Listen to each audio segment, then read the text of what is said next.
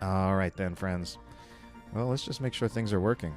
They're good. I was afraid for a second. Whenever I see a black screen on my OBS, I'm afraid that things might not be working correctly. Hold on, gonna fix something so that our sound is not quite. All right.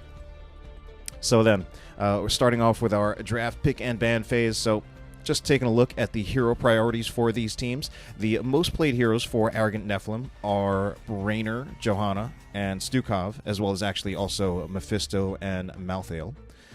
So those are all potential picks we could see out of them. I wonder if we will see any one of those bans picked up, since members of Die Gaming do also like to ban out Mephisto, so I wonder if that will be one of the bans that we will see. Meanwhile, on the side of Die Gaming, their most played heroes, Die Gaming has a very interesting style of play. At least I'm guessing this based on their draft, so it will be very interesting to see the draft that Die Gaming will pick up. Listen to this. The 3 most commonly played heroes by Die Gaming, in order, are Kharazim, Diablo, Kerrigan. So that indicates a very, very aggressive play style. Especially the Kharazim, which is actually their single most played hero, which is honestly pretty strange to me. Not that I doubt that Kharazim can work, but now that I think about it, I feel like Kharazim has been pretty rare. I feel like the last time I saw Kharazim in a competitive match was HGC. I feel like it was Sake's Kharazim. So I feel like something about Kharazim has kind of fallen off or has not been popular in the amateur scene, but it is a popular pick with Die Gaming. So our first set of bans will come out, going to be the Abathur and the Lunara banned by Arrogant Nephalem. Curious to see particularly the Lunara, who I don't really believe in, who I don't feel is a very ban-worthy hero. Meanwhile, it is going to be the Zool as well as the Kel'Thas banned out by Die Gaming. That Zool, obviously just a meta ban at the moment, frequently banned, whether it is prioritized by the other teams or not. SeGaTai will be picking up the Johanna in the first slot. That is a comfort pick for him, I would think. I don't know if maybe he's comfortable on some other heroes as well, but right now Johanna is their most commonly played tank, so it just strikes me as, just obvious that's something that they do want to secure. Meanwhile, our first 2 picks out of what's their name? It's Die Gaming, out of Die Gaming. These aren't something that I particularly expect. It's not something that they really show a pattern of before. However, the Stukov picked up by the members of Arrogant Nephalem. I'm a little concerned now the way this draft is going. Obviously, I'm already seeing Arrogant Nephalem as the favorite in this series, and right now it does look like Die Gaming is kind of letting Arrogant Nephalem getting a lot of the things that they want, a lot of their comfort picks, a lot of the things that they usually play with. Now, the Greymane pickup is also interesting from DaKillidan. The last time I cast Arrogant Nephalem, they actually ran a Deathwing DPS. That means instead of having 2 ranged assassins, they actually had a Deathwing in the 4-man, and it was DaKillidan who played that, and that's something that they like to run. Given that DaKillidan is committed to the Greymane, actually technically he's not committed, they can switch in the swap phase. I don't think they will be running Deathwing in this match, and I do think Deathwing is also a hero that sometimes Die Gaming likes to run as well. They do also have 2 picks on Deathwing, so the Deathwing will be banned out, kind of recognizing there that they're probably not taking Deathwing if DaKillidan is taking Greymane. They've already got the Greymane themselves, and just wanting to deny the Greymane, even though, at least with a Greymane, they do at least have one source of percentage-based damage that could burn down the Deathwing rather quickly. So I wonder if we will still see the Kerrigan. Kerrigan is something that, it's not something that I would really think of as particularly common. Oh, Varian though. With the Varian, I would say at this point, it's actually not out of the question that we could still see Kerrigan. It is something that I wouldn't say it's particularly strong on this map, but I do think that Kerrigan is still something that you could see in like a triple melee setup. And I also think Kerrigan has great synergy with ETC. I would say probably even better than she does with Diablo. I think ETC Power Slide set up Kerrigan very well. And what will be our 4-5 pick? The Mephisto will actually go through. Oh, man! Wow. Yeah, I'd be really concerned about this. 4 out of these heroes are 4 of the heroes on the side of Arrogant Nephalem are 4 of their most common picks. The Johanna, the Stukov, the Mephisto, and the Malthael. Those are all heroes that they have 4 picks on apiece. And now it'll be 5 with this match. And it will be the Thrall picked up. So they are still going to go with a triple melee. It is a very potentially aggressive setup. So that just does seem to be the style that Dai Gaming likes to play. However, I am concerned about I'm just concerned about the fact that it doesn't really seem like they maybe tried to do their research to see about like what Arrogant Nephalem likes to play. And basically actually trying to take some of those pieces out of play and trying to force Arrogant Nephalem onto something else, off of their comfort picks. So it just strikes me a little odd. It could be, it could be a lack of research. I kind of hope it's not, and maybe just them deciding that they are comfortable letting these things through and just deciding that they're more concerned about just playing their own game. But man, we're getting into our game pretty fast here, so let's get into our game. And aside from, we do have our chat chiming in, and, aside from the draft looking better, I think it's also just, as I said, that it's, like, not just how good the heroes themselves are, but the fact that these are the comfort picks. These are the heroes that Arrogant Nephalem are already playing, and let's actually introduce it. It's going to be Kime playing the Malthael, SeGaTai will be playing Johanna, DaKillidan on Greymane, traib will be playing the Mephisto, and NullPointer will be playing, is he on the Stukov? I can't even see him. Anyway, on this side, the red team, we are going to have the members of Dai Gaming. GlitterBeard will be playing ETC. Hydrahawk will be playing Jaina. Kazerus will be playing as Anduin. Gekko will be playing as Thrall, and it will be Shamuscon. Yeah, we'll do that. Shamuscon on the Varian. So we are going to take a look at certainly... So all of the stacking quests are on the side of Dai Gaming, so they're the ones who might actually benefit from and engage here, trying to actually fight, do this mid-fight shenanigans. In particular, obviously, I think the... two of these questing talents look very typical. The Echo of the Elements for Thrall, as well as the Fingers of Frost from the Jaina. The one that kind of stands out is, of course, the High King's Quest out of Varian. That indicates that it is most likely going to be a Colossus Smash Varian or a Twin Blades Varian, rather than a Taunt Varian. That's just usually what High King's Quest indicates, particularly Twin Blades, but it actually does work out very well with Colossus Smash as well, since Colossus Smash Varian's auto attacks really hit like a truck, and if you add even more auto attack damage onto it, it kind of goes to really ludicrous levels where he just has some of the highest damage auto attacks in the game. All right, ETC is going to be silenced there. Kazerus is really low. He kind of goes back in to throw that... that Divine Star. I'm pretty sure that's the name of the ability. And this looks like, this looking like a potentially successful invade, but traib is in a lot of trouble. He's super low in hit points. He uses the Shade of Mephisto. He's at less than 200 hit points. He's getting healing, but he will be finished off by the Lion's Fang out of Shamuscon. So some scrappy team fights as we did have the invade attempt, and that will be Kime going down as well.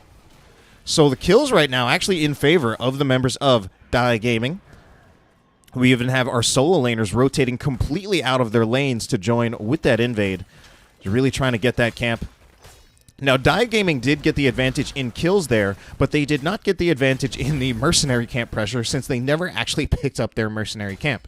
Instead, although they did manage to clear out the mercenary camp that was pushing from the members of Arrogant Nephalem, although it did take out most of the bottom tower. But while I'm talking about towers, we're going to have a kill.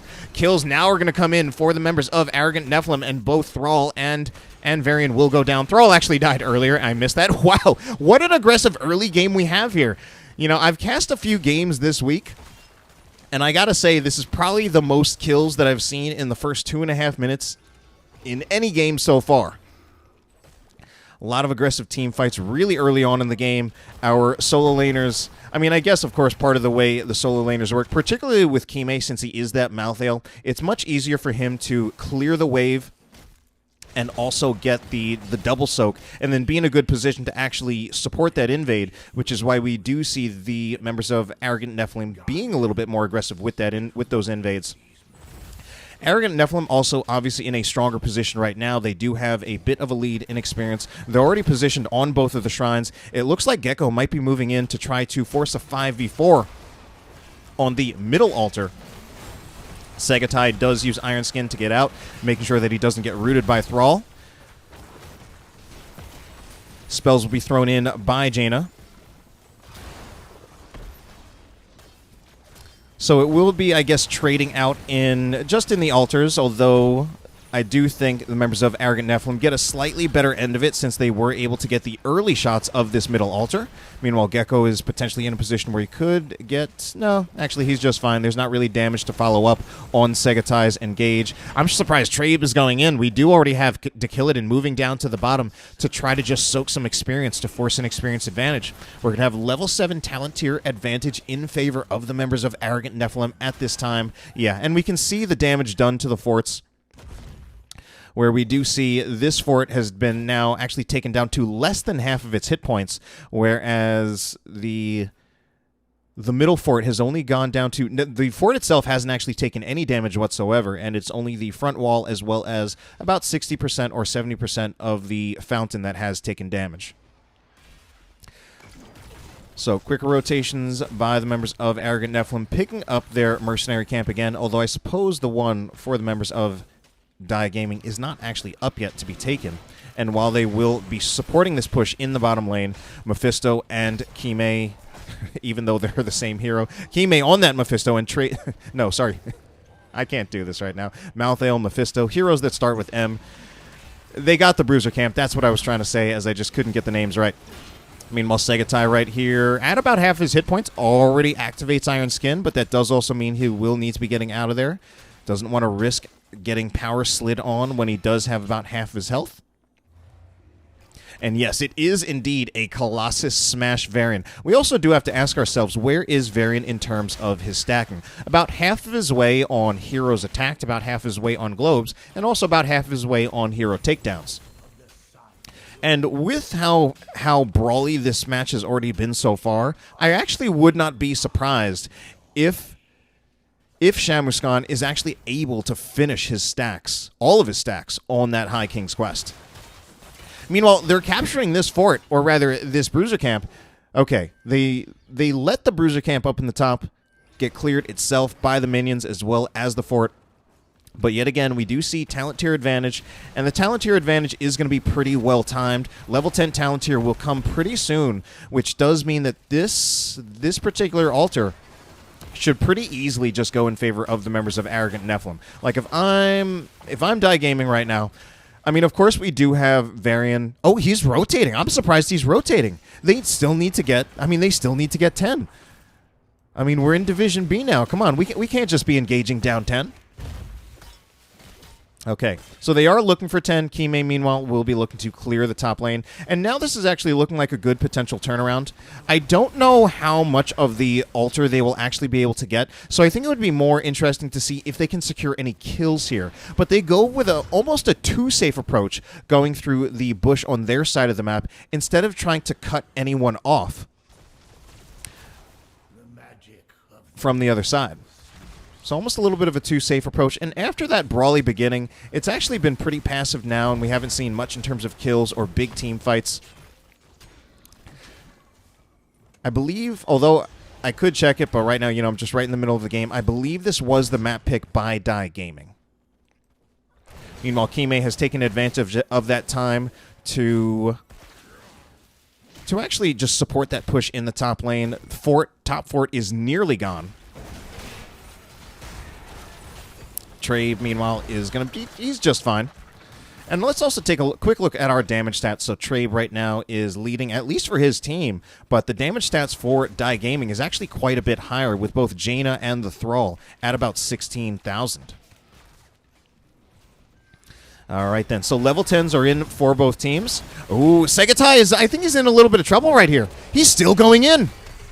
Oh, but there is the mosh pit. SeGaTai does go down. Mosh Pit will protect, or ETC will also literally get protected, by the way, by the Holy Word Salvation out of Anduin, and they do manage to get another kill. Oh my god, the Thrall Sundering flank! What a nice flank. Also managing to get another kill there. Now, they are fighting 5v4, so that does explain why they are able to get some of these kills. They're going to make the play for boss. This... I'm still wondering... I'm wondering if they can really do this. I mean, of course, there is still one member of Arrogant Nephalem who is still dead. And I think they will get it, yeah, because obviously, yeah, they'll get that for free. I kind of underestimated it. I was just worried that it could have been a potential throw opportunity. So obviously our level 10s, I don't think I see anything that is too atypical. Obviously we do see the Endurance of Hate out of Mephisto. I wouldn't call that atypical. If anything, at a higher level of play, I would expect that to be the go-to. I do think it has more potential than Consume Souls. So boss will be able to push down the fort front wall in this bottom lane. And, you know, I did kind of hype this up as a David and Goliath situation, but for the moment, Die Gaming appears to be doing just fine. They do have a rather interesting, spicy draft, but they're playing it well enough. They're in the lead in kills. Experience is only slightly in favor of the members of Arrogant Nephalem, but things might change right here. Jaina won't be long for this world, and neither will Anduin. They're the ones who managed to get the better engage. GlitterBeard wasn't there to support his team. The team of Die Gaming. The team of Die Gaming was cut off. Why is Gekko still here? Why are they not just backing off? Oh no. I may have cast or cursed them. Talked about how they were doing just fine. And that is definitely a swing that I think does go a long way to really putting things in favor of the members of Arrogant Nephalem. The structure advantage now is pretty pronounced. The experience advantage is also now, I mean, we're at a level and a half lead, which does mean we are going to be having a... Which does mean we will likely have a situation where there will be a 16 talent tier advantage at a moment that will probably be inopportune for the members of Die Gaming. Bruiser camps will be picked up by both teams nevertheless.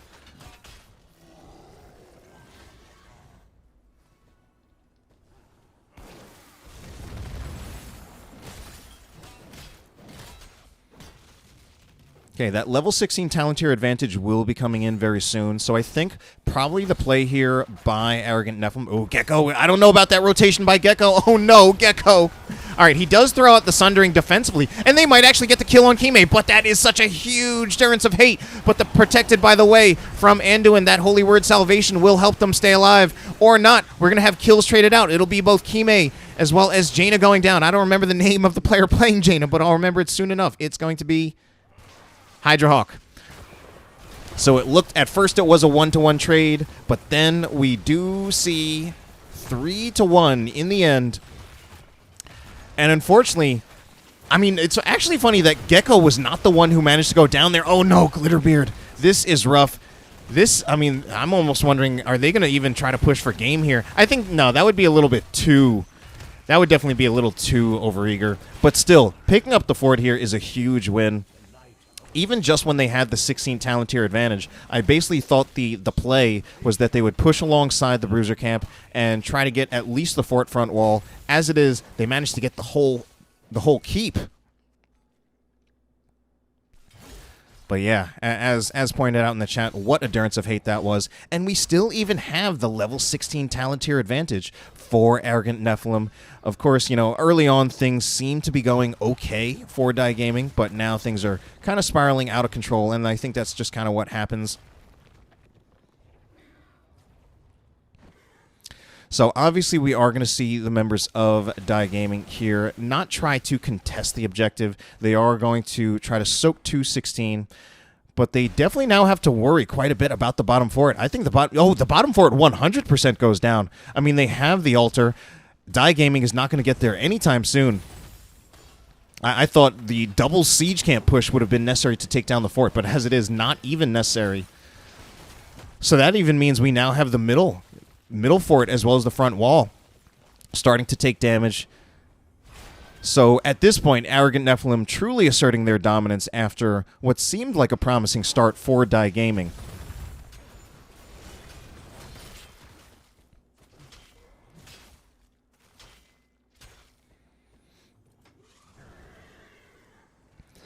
Now, at this time, I think the priorities for DaKillidan, of course, we do see them just clearing out the waves. They do want to clear out the waves because in both the... Really, they've got lane pressure in all lanes, but the lane pressure in the top and bottom lanes are particularly strong. So this is also... Oh, and the boss is going to come up. I mean, at this point, it's very much a do-or-die moment for DaKillidan. They need to take a fight. The boss is also a condition that is up. If that boss is captured by Arrogant Nephalem, it could mean game. And members of DaKillidan, I mean, they're now... It's about to be level 19 for Arrogant Nephalem. So DaKillidan, they can't afford to play passively for much longer. They need to find a team fight pretty much now. The longer they wait and the more passive they play, the more it plays into the hands of Arrogant Nephalem. They need to be, like, really decisive. They are trying to check the bushes just to make sure that they don't get bush ganked. Oh, but Hydrahawk might just be in a position to get bush ganked. Goes a little bit too far forward.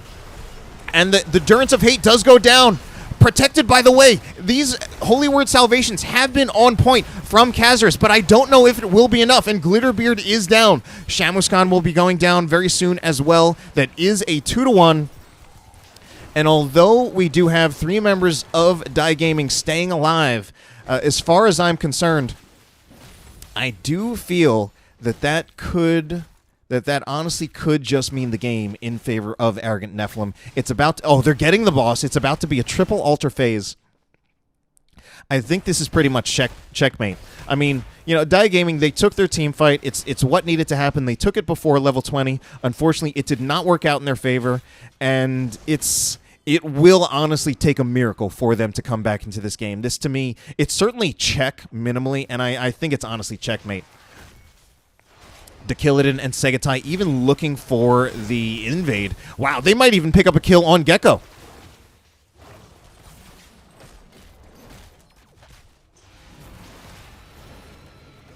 Okay, so the Bruiser Camp will be picked up by Kazerus, but I don't know. I mean, the boss is now pushing on the core. It's at like about 90% of its hit points. We're going to have double shrines or double altars. A wailing on the core. Core is already down to 58% of its health, and that will undoubtedly be game number 1 going in favor of the members of Arrogant Nephalem.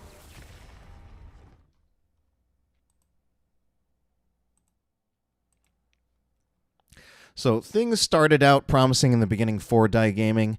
There was definitely a time when it looked pretty even, but I feel that's also just the nature of the progression of the game, where teams can look like they're even for about the first 5 minutes or so, but come to around level 10 and then especially 13 and 16, that's when one team, if one team is the better team, that's when they really start to show it, basically.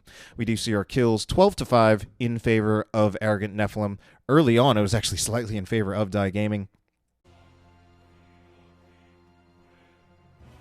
All right, then. Our draft is here.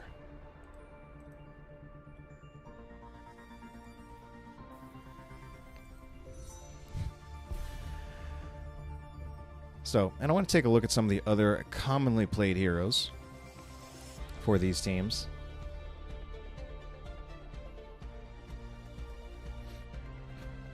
So, Arrogant Nephalem, thinking about this first ban. Again, I personally actually want to see a Kerrigan ban. Because I also feel that if... I feel like Arrogant Nephalem is a team that has probably done their research. Again, they've been at this for several seasons. Also, that the Kerrigan is also something that's very much telegraphed by... And there it is! Good. I'm really, really happy to see that. They recognize it themselves. Infernal Shrines telegraphs a Kerrigan pick when you have a team that actually has run it in the past.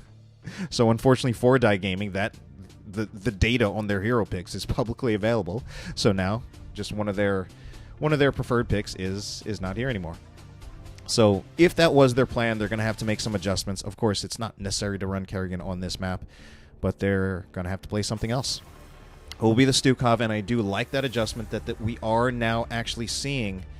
We are actually seeing the ban on some of the comfort picks. So deciding the Stukov is one of the comfort picks they want to take out. I would honestly like to see them take out another one of the comfort picks off of Arrogant Nephalem.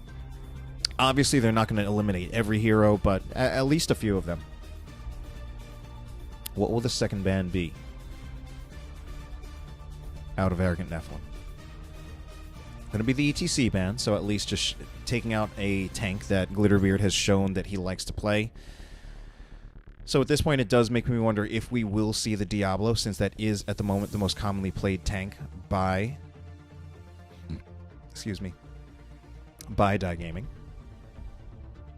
They've played the Diablo 3 times. They played the Garrosh once. And that last game was actually their first time playing ETC this season. And the Mephisto, yeah, you know what? I gotta realize, like, if you had to look at the previous draft and really decide, like, out of the comfort pick heroes that were picked, which are the ones to take off the table, the Mephisto probably had to be number 1. And I could see the Stukov definitely being number 2. Whereas something like the Johanna isn't quite as polarizing of a pick.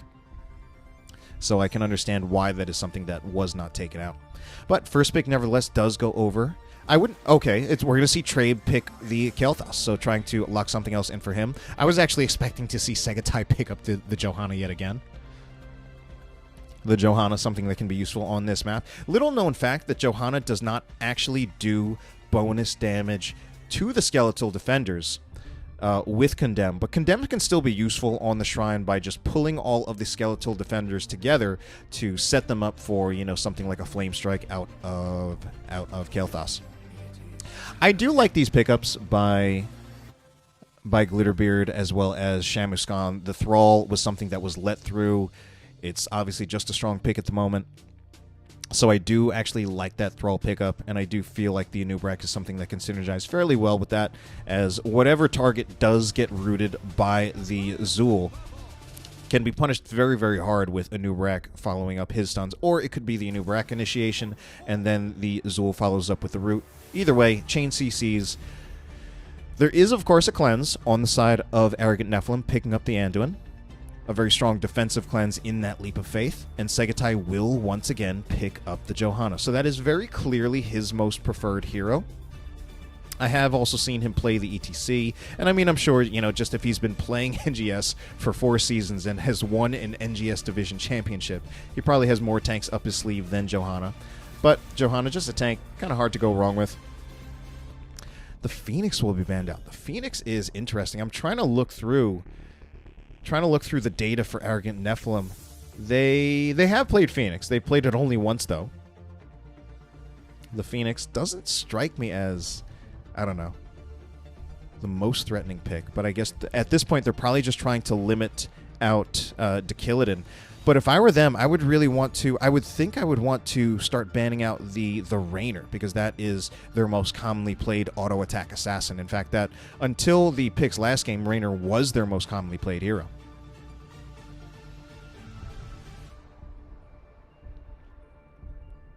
So, now, if this is DaKillidan, I still would not be surprised if they go for triple melee.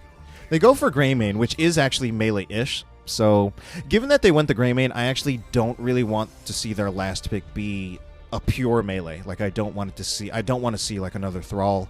I want them to go for some additional range damage, probably some kind of spell damage, since Greymane, although very versatile, some of his weaknesses are that his range is a little bit limited. He doesn't have like the extended poke range of something like a Gul'dan or a Li Ming, and his spell damage is a little bit less reliable. And okay, the Rainer will be let through for DaKillidan. It actually really does strike me as odd that the Phoenix was banned. The Phoenix is something that they've played it once, whereas the Rainer is something that they've played 5 times. So it's very, very clear that if they're going to pick an auto attack assassin, it's going to be Rainer. And I'm just a little concerned, I guess, you know, on the side of DaKillidan. As it does seem like they are a new team. Oh, I don't entirely like that pick, that final Tychus pick. But I was going to say, it doesn't feel like at the moment that DaKillidan is really doing a ton of research on their opponents. And of course, we're actually, you know, we're not that early in the season anymore. We're a little bit less than halfway through, but at this point there is data available that you can look at to see what your opponents pick. So, and I do think we had people in the chat who felt that Arrogant Nephalem had the stronger draft in Game 1. I'm just going to even preempt you guys and say I think they also have the much stronger draft in Game 2 as well. If there's a silver lining, the draft from DaKillidan is very, very much built around blowing up a single target. In that regard, it is very, very one-note, very one-dimensional, but their potential combination could be very powerful. But before I talk more about that, let's move into our draft. Messing a few things up there. We are going to have Arrogant Nephalem leading 1-0 in this series, and this time it will be traib on the Kael'thas. DaKillidan will be playing as Raynor. Kime going to be playing the Space Goat Yarel. NullPointer on Anduin, and SeGaTai once again on... Oh no. I had Team 1 vision. SeGaTai on the Johanna. All right, let's speed things up a little bit. Gekko will now be playing as Tychus. GlitterBeard will be playing as the Anubarak. Hydrahawk will be playing Greymane. Kazerus will be playing as Brightwing. And finally, it will be Shamuscon on the Zool. So aside from the fact that, yes, we have two heavily AA-oriented heroes into a Johanna, I also feel that they pick two relatively short-range assassins, neither one of which is particularly strong in spell damage. And that's not to say that they don't have any spell damage whatsoever, but they're definitely not strong in terms of spell damage the way something like a Kael'thas is. And that does make the draft out of Arrogant Nephalem a little bit more balanced, where they have a clear auto-attacking hero, a clear mage hero, so they definitely have both their auto-attacks as well as their spell damage covered, but in two separate heroes.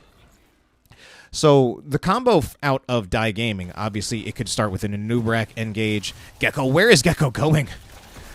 They have massive blow-up potential between the Tychus as well as the Greymane, and between the Tychus and the Greymane, they can also theoretically blow up whatever target they want. It doesn't even have to be a squishy target.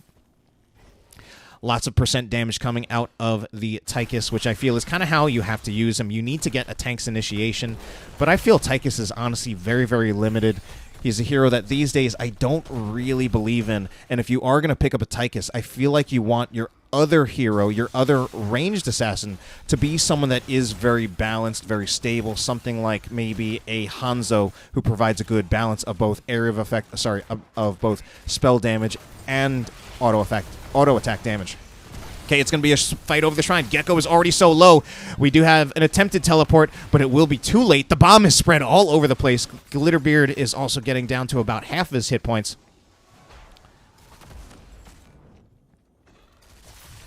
And we do see at the moment Shamuscon trying to get the better end of the double soaking.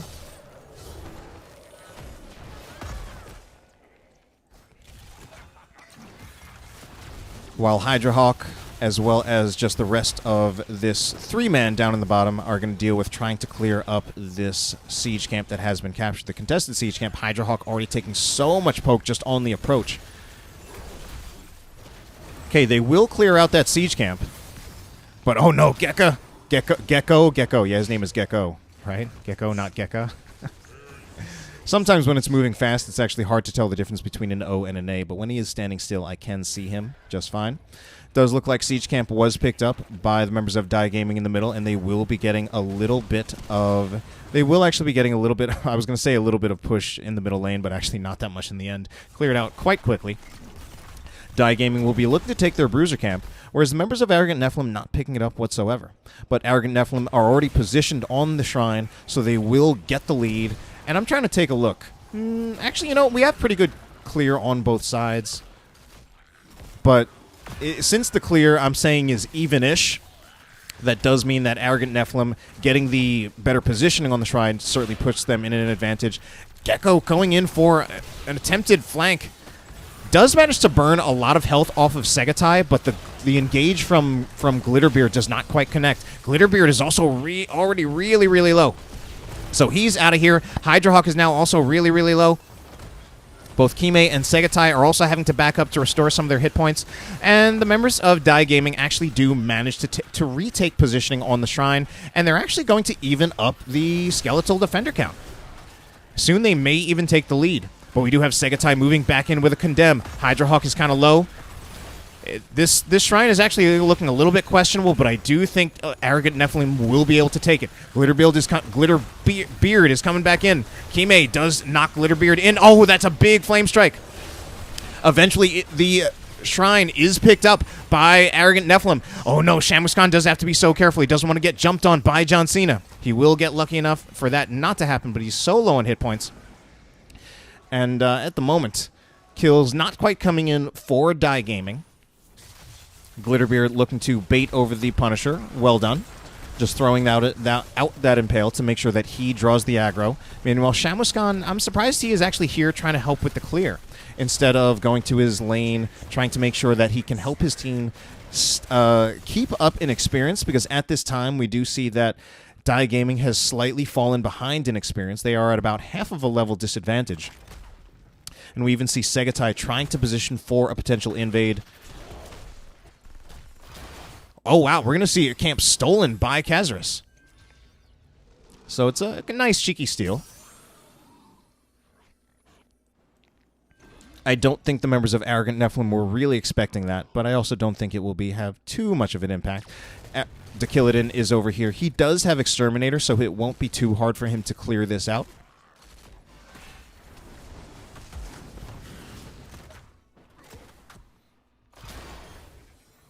SeGaTai. I don't know if he was just trying to check that to see if anyone was on the camp.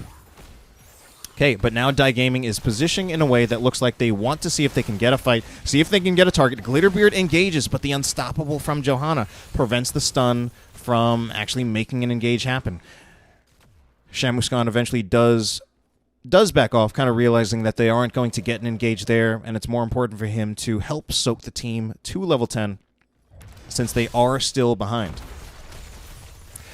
Although they are behind, I do think that both teams should have level 10 in time for the next objective.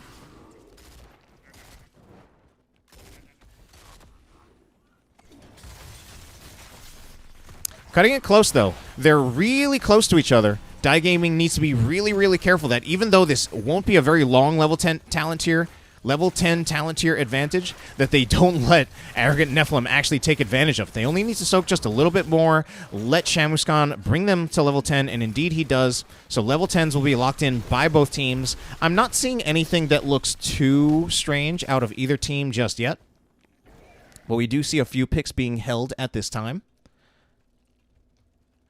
Okay, will be the Curse Bullet out of the Greymane. Obviously, we did have a vote for Go for the Throat from one of our members in chat.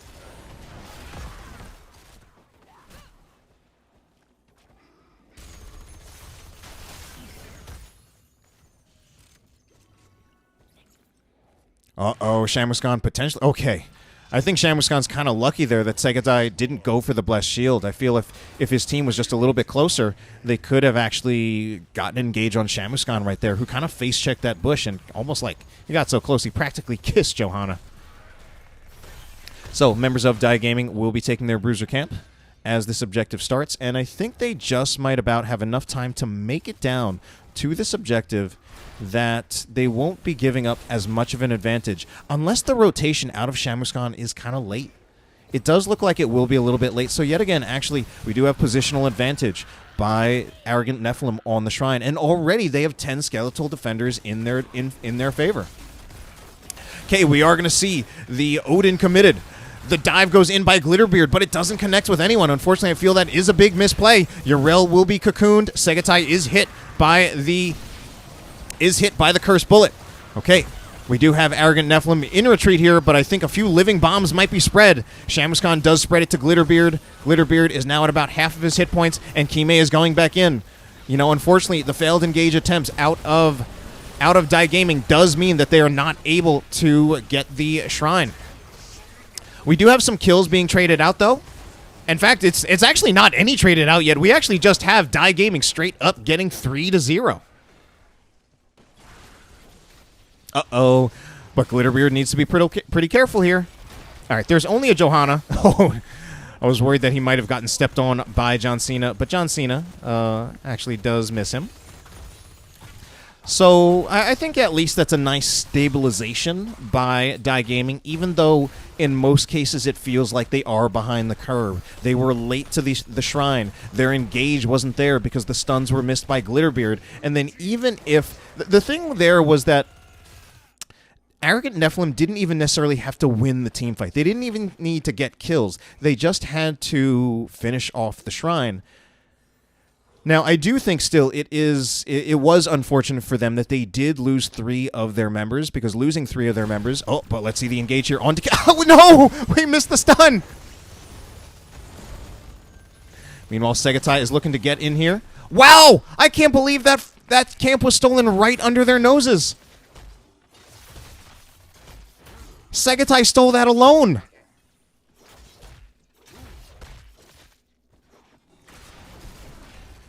All right, so Die Gaming will clear out this siege camp in the middle, but it does also mean they're definitely giving up the siege camp in the bottom lane, so they'll need to clear that out as well.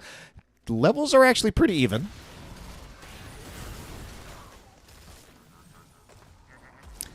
But let's see if Hydrahawk's going in at first by himself. Gekko's trying to get some damage onto SeGaTai, but I think once the Iron Skin goes up, I'd almost feel like the pursuit is not even worth it by Gekko anymore. And let's also take a look at the damage. How are our players doing in damage? So right now we do have Traib at least leading his team with 20,000. And we actually see a lot more damage coming out of Tychus as well as Greyman. Now part of that is that, at least right now, they are actually leading in kills.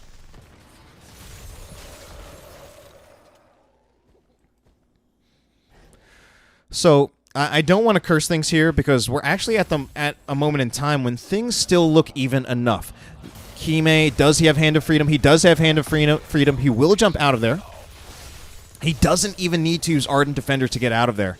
So, attempted gank, rotating on your rel, but unfortunately, that Space Goat is rather tough. Also really good to see what, in my opinion, is basically the correct talent choice, that Hand of Freedom at level 4, especially when you are up against a highly telegraphed route like Zul's Bone Prison.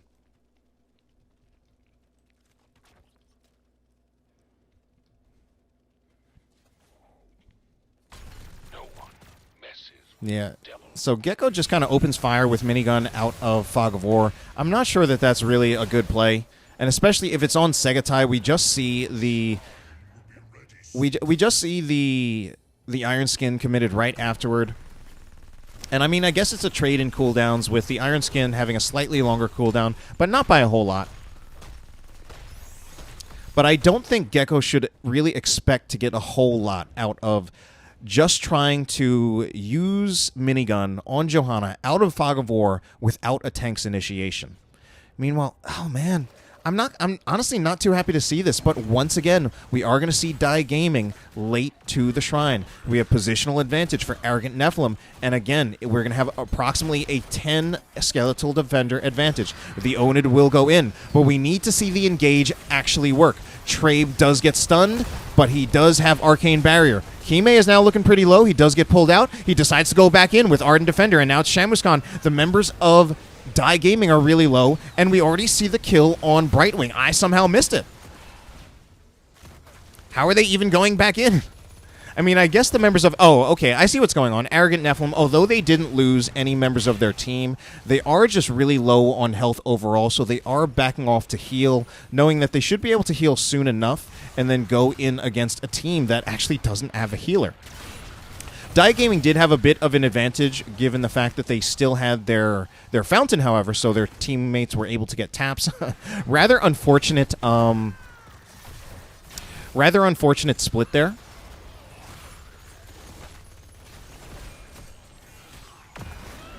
The thing is, both teams were actually right on the verge of 16, and they were pretty much like in exactly the same spot as far as experience. Like, they were both about 90% of the way towards level 16, and I think they didn't have to try to get that soak from the middle lane. I think they could have just gotten it from the top lane the way that Arrogant Nephalem did.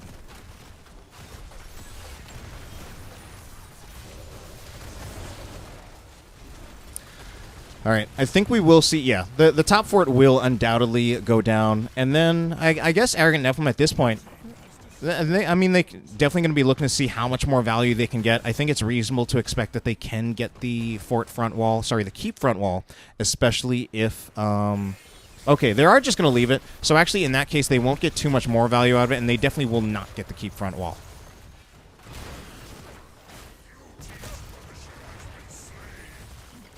Okay, instead they'll make it a double fort play, which I don't disagree with. And, you know, the game still looks even-ish, but again, we do see it's still definitely been it's still definitely been Arrogant Nephalem in the lead for much of this game, dictating the pace of the game.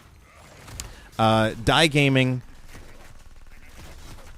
Actually, I forget. Have they won a single... I forget if they actually won a single Punisher yet.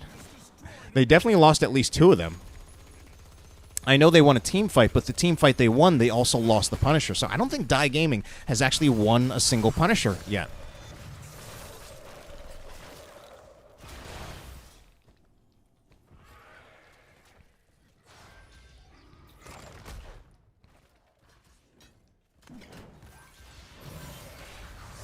All right, SeGaTai will condemn the wave. GlitterBeard comes in, but I mean, if the engage is just on Johanna, and especially if the burrow charge isn't even going to connect, we're just going to see SeGaTai use Iron Skin and just get out of there safely.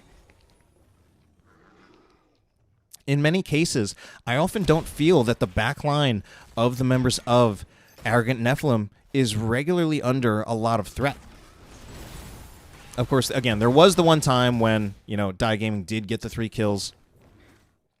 And at the very least, although this is still definitely a game where Arrogant Nephalem is overall playing as the better team, it's closer than the last game. Of course, I could curse it. Arrogant Nephalem still getting closer to level 20 talent tier. Hydrahawk. Oh no! The rotation Hydrahawk! That should be, could that be the kill on Hydrahawk? We do have Kazerus there with the phase shift to keep Hydrahawk alive. And DaKillidan is actually really low. DaKillidan might go down, and indeed he does.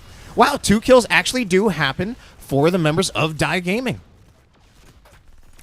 So something about this second game in particular, Arrogant Nephalem has definitely been ahead in terms of their macro and their shot calling, but when it actually comes down to the team fights, something about the way Die Gaming is doing, it's just something about what they're doing is working. And that does actually make them, they were behind in terms of experience. Now they're pretty much dead even, so they should be reaching level 20 at roughly the same time. Oh, we have, that is Eager Wolf out of Hydrahawk. Not a talent that I feel that I see that commonly out of Greymane. I would think of it as the least common talent at level 16 for Greymane, but it is something, out of all the talents, it's the only one that has reliable PvE applications. And and that's also just how we saw them, you know, just saw Greymane soloing that camp like that. I mean, of course, you can probably solo it even without it if your mechanics are good enough, but wanting to just get it done even faster. And for once, they do actually have a positional advantage on the shrine. They also have lane pressure in their advantage. So this is the best that Die Gaming has looked all series. If there's a chance that they might actually take this game, I mean, it's starting to look like this is their best chance. Curse Bullet does go out on Johanna. So DaKillidan is... Oh no! Shamuscon is not on the same page with his team. He does drop the Skeletal Mages in a decent position, but he was just by himself there.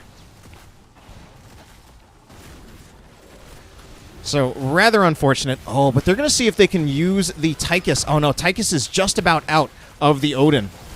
Oh no, I thought he was. But I think they can... Can they finish the shrine? It really needs to be Tychus just throwing in more auto attacks and spells onto the shrine, and they do actually get the Punisher, even down the Zool. So Die Gaming now really showing signs of life in this second game. They've got a Punisher, and I also really like a Nubarak with a Punisher. It doesn't look like they're going too aggressively with that Punisher. If John Cena does get a stun on a target, it's very easy for a Nubarak to follow up on it, and then you just have a really long chain stun between both the Punisher as well as a Nubarak. Oh, they did kind of go for it there, but it didn't connect because we did still see the leap of faith out of NullPointer. Pretty important there, I do got to say. What is with these bombs spreading? Oh, man. Given the way the bombs are being spread, I'm honestly a little disappointed to see the flamethrower out of traib. Because I actually feel the infinite living bombs would have probably gotten a lot of value. So level 20s are coming in for our team's Desperate Prayer out of Anduin. Radiating Faith out of SeGaTai. Mostly just calling... Well, the Desperate Prayer is an interesting one. I don't think I've... Well, I don't know. I personally like the Double Leap of Faith.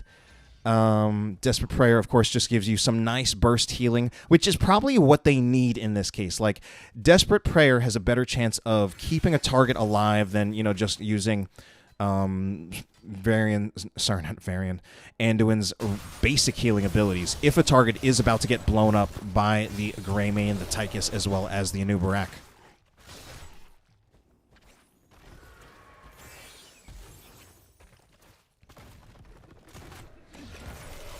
Okay, the members of Die Gaming look to actually push this top lane, trying to see if they can open up a win condition, since the top lane keep is actually already at about 60% of its health.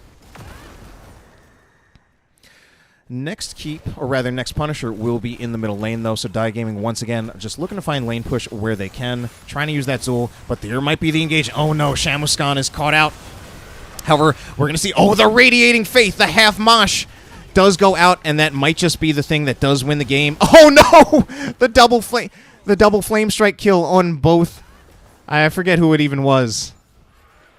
Shamuscon amazingly did not die there. I guess they just got a little over eager trying to get that fort push. So we're definitely seeing... Oh, Shamuscon almost potentially could have died there. We're definitely seeing the value of Radiating Faith. Johanna... Oh no, don't spread the bomb to Shamuscon. Johanna's level 20 talents have been the subject of much discussion on Reddit, with some people belittling Indestructible as a talent choice at level 20. A lot of that having to do with the buff that happened over the past year. I think it was the past year, maybe longer, to Radiating Faith, making it a truly... certainly the best argument against Indestructible is that Radiating Faith is actually pretty bonkers. Okay, so I would say we're looking at potentially the last chance for Die Gaming.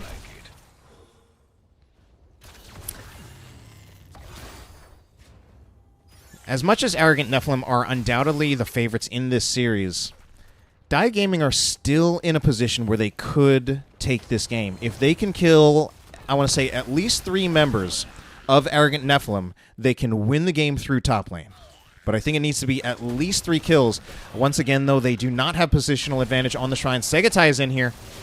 We are going to see a Bone Prison go out on him, as well as the Cursed Bullet just hitting raw. Engage will go out on SeGaTai. I don't think SeGaTai has Iron Skin anymore. Here is a Light Bomb, but there is also a Radiating Faith. Radiating Faith, such a powerful level 20 talent, but this time not getting quite as much value as it did the first time. Try not to spread the bomb, please. Okay, this time we do see... I mean, certainly Hydrahawk with that Greymane level 16, that Eager Wolf is going to have some pretty incredible clear on the shrine.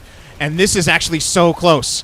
This could go either way at this point, but the members of Die Gaming are a lot lower on hit points, and they don't have as many skeletal defenders, and they're getting hit by flame strikes. Kazerus, does he survive? Just barely, but we do have Zul, will not be so lucky, and it was only delaying the inevitable, and in the end, we are going to see the Punisher picked up by Arrogant Nephalem, ultimately winning out on that team fight.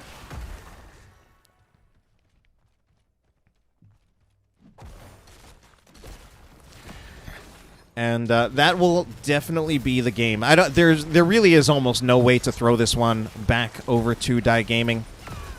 I do feel that Die Gaming did put up a very, very good fight in this second game. Really stepped up their play, made some adjustments.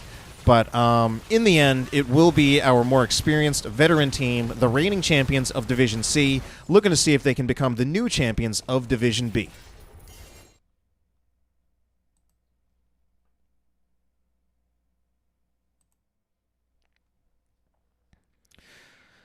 So as we take a look at our final statistics, obviously, oh wow, look at the damage put out by Traib, really doing, I don't want to do some caster math here, but I think Traib has about as much damage as the rest of his team combined. I think technically, I think the rest of his team does have a little bit more damage than him, but that's still actually pretty crazy. Whereas both Tychus and Greymane on the side of Die Gaming actually have pretty similar damage. And then the kills, 10 to 5 in the end, but I don't feel that tells the whole story, since 4 of the 10 kills out of Arrogant Nephalem actually just came in that very last team fight. So right up to that last team fight, it was actually 6-5 in kills. So, obviously things looking good for Arrogant Nephalem. They now, I believe that means they have now won 4 series. So that means their overall record would be 4-1, 4-1 in series. Unfortunately, that does mean that Die Gaming do drop a little bit lower, but I think they showed a lot of promise in that last game. I do hope that they continue to improve, continue to try to make adjustments, especially try to make sure that they do a little bit of research on their opponents to just decide on some good bans. But I am going to see if maybe I can get an interview with one of the members of Arrogant Nephalem.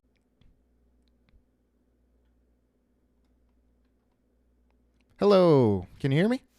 Yep, I've got you here. All right, great. So congratulations on winning yet another series. Thank you. As it does seem like you guys kind of have a history of success. And as the reigning champions of Division C, you were kind of promoted to Division B. How does it feel, I don't know, being promoted and adjusting to, at least theoretically, a higher level of play? I think we came in mostly prepared. We had spent a couple seasons up in Division B and hadn't done particularly great before, but it at least meant that we were used to the level of competition we were going to face. And we've seen a couple of these teams before in past seasons, and we recognized some of the players. And so we weren't really caught off guard. We just knew that we were going to have to spend some time in the off season just making sure that we had our game leveled up and we're ready to compete at this level again. Kime and SeGaTai especially put in a ton of hours. And it's good to know that, the work paid off and that we're able to come back to Div B and represent ourselves a little bit better this time. Yeah, I mean, it certainly does, considering, you were promoted to a higher division, and at the moment you are, statistically speaking, one of the best teams in the division, so kind of just continuing on. Yeah, that's the benefit of scheduling all your flex matches early. You look really good up and you get a couple extra games in over the other teams. And I did a little bit of research on your hero picks, and I did notice that in that first draft, you actually picked at least 4 of those heroes were like your most commonly played heroes. Can you tell us a little bit about, like, do you feel like you guys kind of have the depth if you do start running into teams that are going to be doing a little bit more research and are going to start either stealing away or banning out a lot of your most commonly played heroes? We do. It's sort of how it goes every season. The first couple games, you're able to get a lot of the stuff you want. People aren't really sure what your team's meta is going to be, what your priorities are. Once you play 5-6 games, people have that ability to go in and research. It gets a little bit trickier. But we're lucky in that in previous seasons, I was the one trick that you could ban out pretty easily. Luckily, I've managed to find 1 or 2 more heroes that I'm feeling pretty comfortable on. And so now there's just... we definitely have preferences, but I don't think there's anyone that you can really completely throw off their game by hitting 1 or 2 of their heroes. Kime plays all the good offlaners. Sega plays all the good tanks. We're comfortable enough on enough things that we're not super worried. Very, very nice. And, given at least I kind of almost want to know, this is almost a question that might even be almost like a basic yes or no, but I'm almost wondering if you had a similar thought process to me when you basically saw that they wanted to go to Infernal Shrines, because I basically predicted what your first ban would be on Infernal Shrines, and it did end up being your first ban. Yeah, we just checked, and they've played 2 games on Infernal Shrines in the past, and they went Kerrigan Junkrat both times. They looked pretty good doing it in those games. So that was something that we wanted to watch out for. Especially, those are both... Kerrigan especially is kind of an oddball hero, and so when you don't have a whole lot of experience playing with it or playing against it, and when someone comes up that's really solid on the hero, it can just completely turn the whole game around to be really difficult to deal with. So we wanted to make sure that was not in the cards at all. Good. We were sort of hoping they weren't gonna... We had hoped they didn't have a Zool Flare. Unfortunately, they proved to be very capable of playing Zool and messing us up pretty good with it. Oh, so that was the price of banning Kerrigan, letting the Zool through. Yeah, because and even as Kime is saying, the caster called the Kerrigan ban.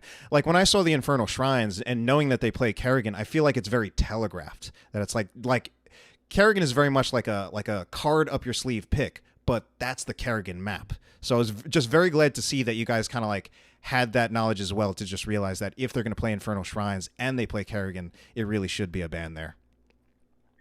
Gekko is scary enough on their other heroes that we didn't need them on Kerrigan. They were everything they played both games. I was looking at their hero pool. I have everyone else they're probably going to play one of these two. Gekko, I think I have 9 heroes written down and then just a question mark. Like, why even, they're going to play something. It's going to be scary. We're not going to ban it out unless it's a really, really strong pick for a map, which Kerrigan was in this case. And so moving forward, what are, obviously you're doing well right now. I think you've already played some of your tougher opponents, but at least for who you have going on left, who are you looking forward to playing in basically the upcoming weeks? So Roll1 Esports and Spooky Ghosts are teams that we've played against in the past.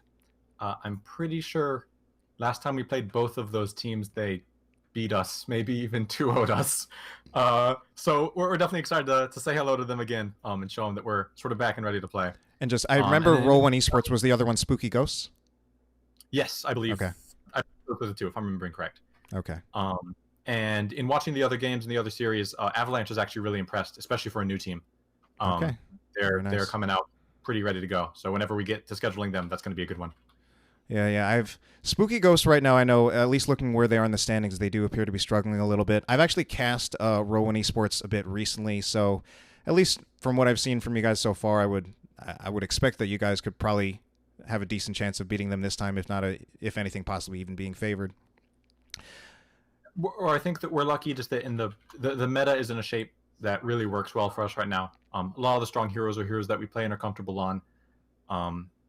In previous seasons, it has been like, oh, this is the ones where, you got to first pick Sylvanas and first pick all these other random heroes that we don't play, and we just go and, all right, well, I guess Sylvanas is good, and we first pick her, and we throw for an entire season. Oh, that actually makes... I think the first time I cast you guys, you did play... I think you were a team that played Deathwing, and you actually played Deathwing in the 4-man. Yes. We sort of... Well, we'll play it wherever, but a lot of teams stick it just in the off lane. We're a little happier to flex it around based on the team comps. And I figure, like, since I got you guys played last season, that was when Deathwing was not only just released, but really at his height. I think to survive in that season, you really needed to either have a Deathwing or be able to at least know how to play against it. Half of our team picked up Deathwing, and now they argue about it every time in draft and give me a headache. So I guess it's a little too much of a good thing, but certainly better than not enough. All right, then. I'm going to say it this time. Those are pretty much the questions I have, and I'm just going to throw the floor to you to do any last comments or shout-outs before we wrap up this interview. Shout-outs to Beast Coast, sort of our sister team, making some waves up in Div A. They're a super fun group of folks. Their games are always great to watch. I'd highly recommend anybody go take a look at them if you've got some spare time next time they're playing. And shout-outs to the food truck Chicken Fix that gave me the chicken tenders I needed to, to feel good today and to persevere and come out and play my best. So big shout outs to them. That's a top tier shout out. And has anyone ever told you that you look a lot like SeGaTai from Battlestar Galactica? I believe that is a picture of Saul. It is certainly not a picture of me. I'm nowhere near as handsome as that. I love Battlestar Galactica, so I did like seeing that. All right, then. That is everything I got. So congratulations. And that just about wraps it up. So good night to you. Thank you so much for casting. Always appreciate it.